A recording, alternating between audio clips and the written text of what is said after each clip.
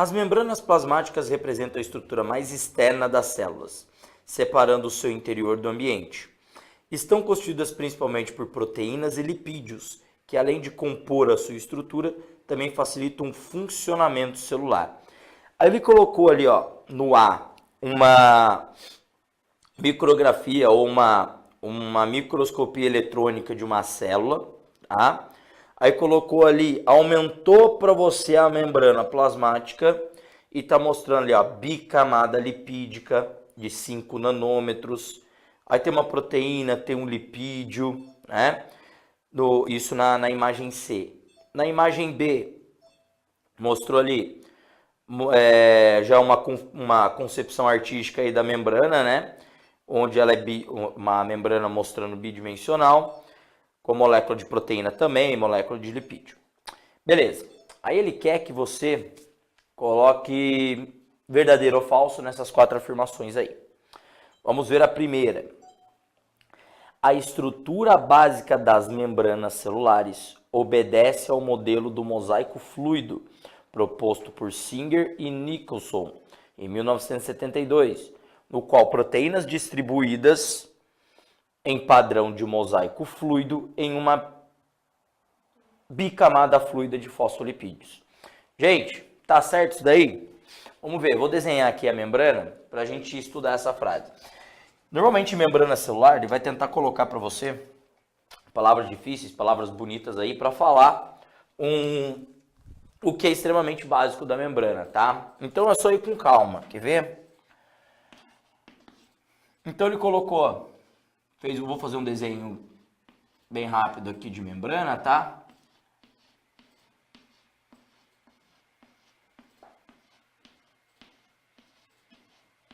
Então, ó. Essas moléculas aqui são aquelas moléculas que a gente viu lá em lipídio, que eu falei, olha gente, não se preocupa muito com essa daqui ainda não, porque a gente vai ver essa molécula ainda. Então essa daqui, ó, cada moléculazinha dessa é um fosfolipídio, né? Se eu pegar um fosfolipídio desse aqui e aumentar aqui para você vê que esse aqui é o grupo fosfato, aqui é um sal mineral fosfato, lembra dos sais minerais? Então você tem um sal mineral fosfato aqui, ligado num glicerol, que é ligado em 2 cadeias de ácido graxo, né? Então isso é que forma a membrana plasmática. Intercalado na membrana plasmática aqui, algumas proteínas. Algumas integrais, que fazem parte da membrana, outras podem estar só de um lado, que são as periféricas, né? E lembra, proteína é formada de aminoácido, tem que lembrar. Aí a primeira afirmação falou o seguinte, ó. A estrutura básica das membranas celulares obedece ao modelo do mosaico fluido, proposto por Singer e Nicholson, no qual proteínas distribuídas em padrão de mosaico flutuam em uma bicamada fluida de fosfolipídios. Gente, o que é um mosaico? Mosaico é quando você faz um desenho lá com peças aleatórias, né? Você pega um monte de pecinha aleatória e monta um desenho. E a membrana é assim, porque você tem que lembrar que a membrana é tridimensional.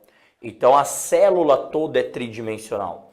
Então se o giz fosse uma proteína, por exemplo, ó, e minha mão fosse a membrana, essa proteína tem um movimento livre pela membrana. Ela vai andando por aqui, ela não é fixa. As proteínas não são fixas. Portanto, a célula vai assumindo uma configuração diferente com o passar do tempo. Essas proteínas elas vão migrando, elas batem uma na outra e voltam, elas interagem, tá? Por isso o mosaico fluido é um desenho onde essas proteínas têm fluidez nessa membrana. Elas vão migrando de um lado para outro. Então tá certo essa afirmação. Então, realmente elas têm um modelo de mosaico fluido porque essas proteínas ficam flutuando na membrana. Então tá certo. 2. Fosfolipídios e colesterol são lipídios anfipáticos que formam a estrutura básica das membranas celulares animais. O que é uma molécula anfipática?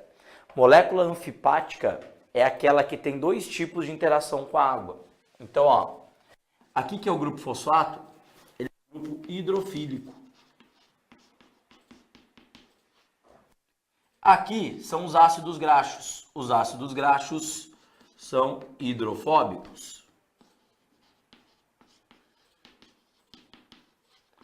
Portanto, se o fosfolipídio ele apresenta uma parte hidrofílica e uma parte hidrofóbica, é uma molécula anfipática.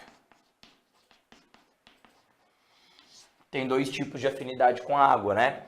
Então, olha só, todo o lado externo da célula aqui, todo o lado externo da célula consegue interagir com água, por conta do grupo fosfato que fica voltado para esse lado externo.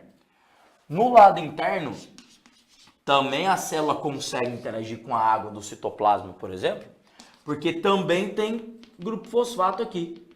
Como também tem grupo fosfato aqui, consegue interagir com a água também, ó. Só não interage com a água o meio da membrana. O meio, ele é hidrofóbico, tá?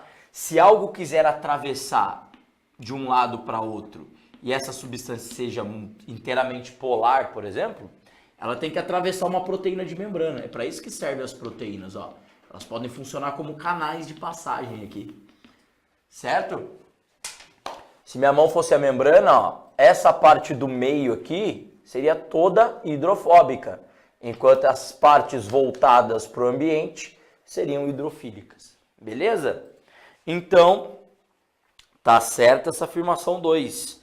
Fosfolipídios e o colesterol são lipídios anfipáticos que formam a estrutura básica das membranas celulares animais. Lembra que nas células animais, o colesterol fica aqui, ó. Então ele tem uma parte que também interage com água e uma parte que não interage, tá? É o verdadeiro. 3. As proteínas representam um grupo de macromoléculas mais abundantes nas membranas das células. Gente, as proteínas representam o grupo de macromoléculas mais abundantes. A gente está vendo ali que quem é mais abundante são os fosfolipídios, né? Então, as proteínas aparecem, só que quem tem mais são os fosfolipídios. 4. As proteínas de membrana atuam como canais iônicos, proteínas de transporte, receptores de moléculas, sinalizadoras, receptores de moléculas sinalizadoras e componentes do citoesqueleto. Verdade também. Proteína pode ser canal iônico, ou seja, um canal para passar íons, tá? Simplesmente os íons são polares, então eles têm que atravessar a célula. Então, verdadeiro. Transporte, pode ser que uma proteína carregue uma substância de um lado para outro, do meio externo para o meio interno, do meio interno para o meio externo. Então, verdadeiro. Receptores de moléculas sinalizadoras, sim. Às vezes um hormônio não necessariamente precisa entrar na célula. Basta ele encostar numa proteína, essa proteína vai mandar um sinal para uma outra proteína, e essa proteína que vai fazer a função dentro da célula. Então, às vezes, um hormônio nem entra na célula, né? E componentes do citoesqueleto, sim. Dentro da célula tem um monte de proteína aqui, que vai funcionar como citoesqueleto, que dá o arcabouço da célula, né? Que dá o formato das células animais. Então, verdadeiro. Verdadeira 1, verdadeira 2, verdadeira 4, alternativa E.